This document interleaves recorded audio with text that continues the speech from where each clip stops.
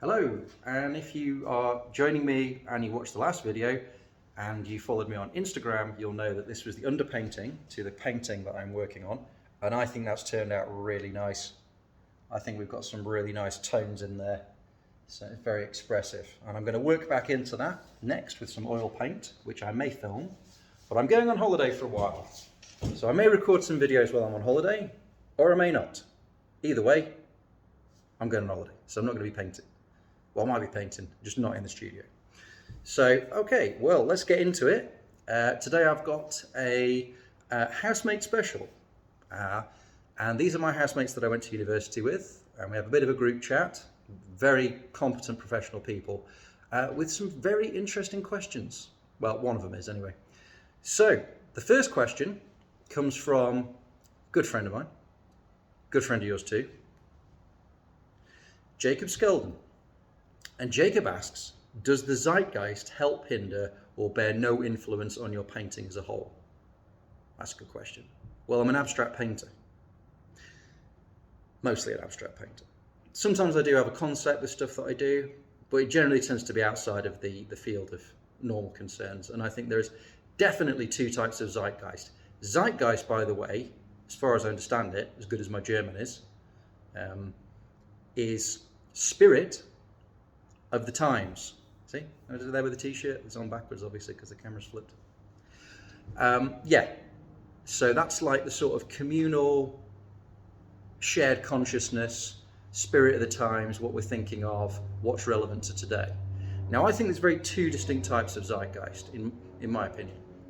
And let's face it, that's why you're here, to listen to my opinion. There's a natural zeitgeist, which permeates everything. So I don't think you can escape from that. That's just what people think on a subconscious level, regardless of what their influences are. And it's usually cause and effect based. So this is all my opinion, obviously, but so it's more like, oh, I can't afford fuel. Right, that's going to, etc., etc., etc. That's going to have connotations that may, make me get political, but that may make me, but it's always there. It's always there in the consciousness. It's always there, hiding in the recesses, and that's going to influence. As an abstract painter, it tends to be about communication of feeling, right?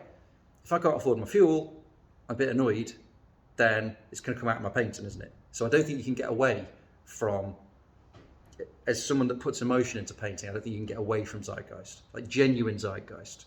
The other type of zeitgeist, I think, is manipulated zeitgeist. It's almost like media, institutions. Now, they take issues that we should care about, but then sort of like force them onto us to the abstraction of all other issues, which is probably deliberate, let's face it. It's like, oh no, focus over here, over here. Now, you're not going to notice us stealing all your money. So, bit of a controversial view, but at the same time, search your feelings, you know it to be true.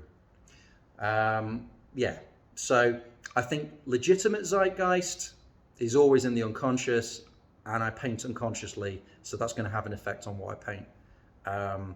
Secondary zeitgeist, maybe not so much, but sometimes I find issues that annoy me, and that, if it does come out, Jacob, I'm not consciously aware of it. So the answer is a complicated yes. So there's always going to be an influence there, isn't there? Spirit of the times. So the second question I've got comes from someone who's far too overqualified to ask this question. Matthew Bradbury. Myth, fact, or conspiracy? Your milkshakes brought all the boys to the yard. Cheers, Matt. No. Just no milkshakes, no yard. However, I do know a German version of that, which is my Schnitzel brings all the Germans to the yard, and they're like Guten Tag. So, yeah, the guy's got a law degree. Oh, yeah. So, let's call it a day there, and I hope you found this episode insightful, entertaining, and you're having a fantastic day. Like and subscribe, ask me questions in the comments. It's going to be beautiful. And I'll probably call you on the road from Italy and Switzerland and wherever else I break down. Okay, have a great weekend and take care.